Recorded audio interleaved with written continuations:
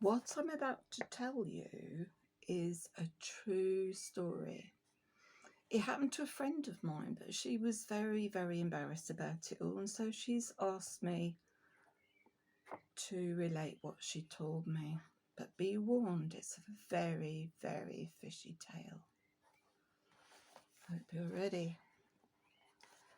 Try and visualize this. Half awake, I stumbled down the dirty, dusty stair. Bits of fluff stuck to my feet and cobwebs to my hair. It was really quite disgusting, and I tried hard not to see. And I walked into the kitchen to make a mug of tea. I turned towards the cupboard, if you could call it that. The door hung off its hinges, and the shelf was smeared with fat. Piles of dirty dishes towered in the sink, and a bottle full of sour milk had just begun to stink. Yuck! What a blooming mess, I cried. Surely he's able to do a little washing up, at least to clear the table. He says he is a writer and hasn't got the time.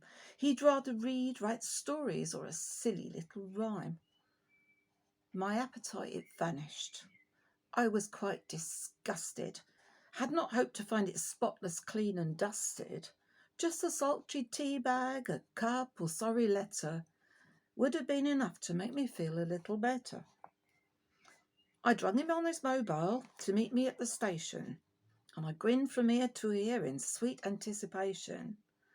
But struggling with my heavy bags, I stepped down from the train, but could not see his face. He'd forgotten me again. Oh, Dave, you are so useless. I struggled through the gate, stopped to catch my breath, and arrived home tired and late. All was dark and silent. I searched round for a letter. Thought maybe a sleep would make me feel a little better. Now here I stood next morning, and still no sign of him. I'd been away for weeks, and I ached from limb to limb. I thought he'd be excited that I was coming home. Instead, I stood there seething, dejected and alone. Just get out of here, I thought, starting up the stairs. Walk towards the sea and clear the cobwebs from your hair. I rummaged through my drawers looking for some socks. Respect for lazy, dirty Dave had hit on jagged rocks. Tears of sheer frustration trickled down my face. Find some socks, I stuttered, then leave this sorry place. Dave's purple socks with holes in lay upon the floor. Hurriedly, I put them on and rushed towards the door. I tripped upon a book, stubbing my big toe. I must away, I cried in pain. It's time for me to go. How to Catch a Mermaid was the title of the book. One of David's latest. I cast it forth and shook. What a load of nonsense. On this he spends his hours. Doesn't even notice me, and he never buys me flowers. I slammed the door quite loudly and walked towards the gate, stamped my feet in anger and rushed towards my fate. The road that leads towards the sea, my final destination, took me past the broken clock and then the railway station. That's when I saw him, dressed in brand new clothes, waiting for an inward train, in his hand a rose. My first thought was to hit him, the rotten little cheat, waiting for some woman dressed all clean and neat. But reason got the better. I turned and limped away. My heart and toe were aching that sad and faithful day. The fresh sea air dried my tears. I'd nothing left to lose. Time to start a brand new life and take off my socks and shoes. I walked towards the seashore and I chose a comfy rock, picked a pebble that was round, then stuffed it in a sock. Walking was quite painful, so I just had to sit, relaxed upon my chosen rock, and I breathed a little bit. I closed my eyes, breathed steadily, tried to feel at peace, hoping that the seashore sounds would grant me some release. I longed for understanding, for someone to agree that Dave, the nasty lying cheat, was not the man for me. I wonder how he'd met this brazen little hussy. Davy was the mouse at play, and me the poor old pussy. Thus I sat there huddled, thoughts like worms entwined, An eerie voice like water soothed my troubled mind. Hear the shingle move about, the seagulls high above. Let go all your worries and fill your heart with love. Swimming right before me was a timid little creature.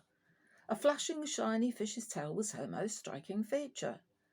There she was, a mermaid, looking straight at me, her sparkling eyes the colour of the deepest, bluest sea. I tried so very hard to be polite and not to stare at her blatant nakedness and greenish-coloured hair. She sang a song about her life beneath the deep blue sea, of fish and wondrous creatures unknown to you and me. When her song was finished, she gazed into my heart and asked if I was really sure that Dave and I should part. I told her he was messy and sometimes very boring. I really could not stand, I moaned, his loud and constant snoring. I told her he was cheating me and that he should pay the price. Could she cast a spell of sorts or give me some advice? They say mermaids are magic and the fairies of the sea, that they can do amazing things for folks like you and me. It's as you wish, dear human, stand upon the rock, clasp rounded pebble to your heart, and hand to me the sock. The purple sock with holes in, up to the sky she yelled, chanted in some ancient tongue, let it be done, she yelled. I goggled at the mermaid and could not take it in. She had no tail. Instead, her legs were hairy, white and thin. Her feet were quite enormous as she walked towards the shore. This was getting scary and I could not take much more. What happened to my spell? I said. You did not fulfill anything for me at all. In fact, I feel quite ill. Please lend to me your sweater. It's warm and very long. I gave it to her without a word, and the mermaid put it on. Go home, human, and be sure your wishes have been granted. You'll soon see for certain the seeds that I have planted. It's up to you, she called to me, turned and walked away. I rubbed my eyes and knew it was quite the strangest day. Well, deciding that the best thing was to go back home and pack, thoughts of Dave that morning started flooding back. Who was it he had waited for? To greet with one red rose? That lying cheat I longed so much to punch him on the nose. Had the spell really worked? I fumbled for the lock. Something dropped onto the ground, David's purple sock. I pictured that the sock was him. I kicked it really hard and it flew and landed in the next door neighbour's yard. Well, I walked in through the front door ready for a fight, but somehow things looked different. It didn't feel quite right. Upon the table in the hall was a wilted bright red rose. I slowly walked towards it and crumpled at my nose. That's what I do if I'm confused. Who was it really for? I read the note beside him and then leant upon the door. It read he'd come to meet me, but I had not been there. He had things to tell me he couldn't wait to share. On the kitchen table was a crisp, clean-ironed cloth. Candles flickered brightly, and around them flew a moth. Mouth agape and trembling heart, I slowly sauntered in. Champagne on ice stood cooling in a tall green biscuit tin. Dave, I called in panic. My voice was very shaken. How could I be so wrong and horribly mistaken? Had the mermaid kept her word and cast a magic spell? Until I spoke to David, I couldn't really tell. I called again much louder and rushed towards the hall. Where is he now, I wondered, and then I heard him call. I'm here, he answered angrily. I'm in the bloody shower. can't take much more. I've been here for over half an hour. I rushed towards his angry voice and opened up the door, stepped inside the bathroom and collapsed upon the floor. From underneath the curtain draped a large green fishy tail. Realised just what I'd done. I poked it with my nail. Get out, you nasty creature, and go back to the sea. Ouch, cried David. Don't do that. Can't you see it's me? I peeped around the curtain and screamed at what I saw. A merman with Dave's face sat on the shower floor. Oh, Dave, my dearest darling, what have I done? I really didn't mean it. It's me. I was the one. I kissed his face all wet and cold and looked into his eyes. It pained me to acknowledge his gaze of sad surprise. How did this happen? Tell me. Do you know more than I?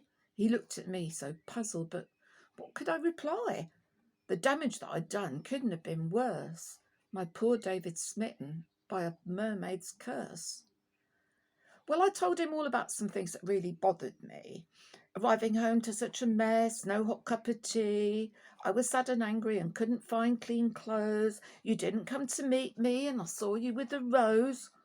Get to the point now, will you? Where did I get this tail? He looked all hot and bothered and just a little pale. A mermaid did it, I explained, feeling rather silly. She's got your long white hairy legs. She's even got your willy. All fell silent for a bit. We'd lots to think about.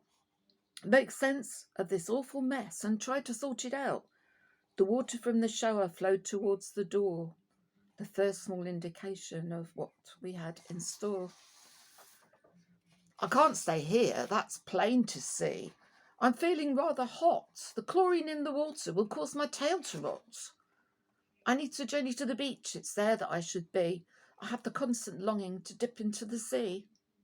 We'll have to get some help, I said. You're much too large to carry. What we really need right now is someone with a lorry. It was then we both agreed that no one else could know. They'd find a merman perfect for putting out on show. So it was we started to plan a course of action. David was not destined for show or vivisection. We planned the finest detail, but had to wait till dark. The safest route down to the beach was through the local park. I fetched a ground sheet from the shed, the one we used for camp, and decided that it best to keep him really nice and damp. With some flapping movements, he splashed across the rim. I glanced out of the window, and the light was growing dim. The plan was really simple. To drag him to the door, the ground sheet slid quite easily on the wetted floor. The stair, a different matter, dry and very dusty, sticking to his slimy tail. It turned all brown and crusty. There we sat and rested at the bottom of the stairs. David kept quite busy removing all the hair. In search for lubrication, I moved towards the sink. Past the festive table, it made my poor heart sink. Instead of celebrating the success of David's story, to drink champagne from glasses and revel in the glory, I filled a jug and several bottles right up to the brim, walked into the hall and tipped them over him. Not so dry, he smiled at me and said, "You're doing really well." I wrinkled up my nose. Pooh, he had a very fishy smell. "Go and fetch the pram," he said. "It's time we were away, or it will soon be morning. You know I cannot stay." Lifting David off the floor wasn't very nice. He was so darned heavy, and I dropped him only twice. I laid the sheet around him and I pushed him through the gate, but leant against a lamp-post was Dave's old drunken mate. "What you got in there, Lord Bob?" His breath had reeked to brandy. If he could help me push, I thought that it would be quite handy. I bribed him with a treat, said, "This is contraband." I'd let him have some if he would lend me a helping hand. It did not take me very long for me to see my error. He tugged the sheet away and screamed in utter terror. Lights went on and curtains twitched. Rob began to wail. Dave saved the situation and flicked him with his tail. He flew quite high and came to land on Mrs. Trutter's lawn. Dave cried, "You must go faster. It's very nearly dawn." I had to keep on stopping to push his tail back in. Dragging on the ground, it was wearing rather thin. Oh, what luck the tide was in. No need for me to push the pram across the pebbles and piles of dirty slush. Pulling back the ground sheet, I looked into his eyes. "We have to say goodbye now. Your tail's attracting flies." The tide was in, the water came right up to the wall. I tipped the pram on its side and Dave began to fall. He landed with a splash, then gave a little wave. A speck on the horizon was my friend Dave. And like I said, this is a very true story. I'll soon let you know what happened, because somewhere is a mermaid with long white hairy legs and a willy. And what's David up to in the water? I wonder what he's getting up to. This would make an absolutely fantastic film. I hope you enjoyed it. Bye.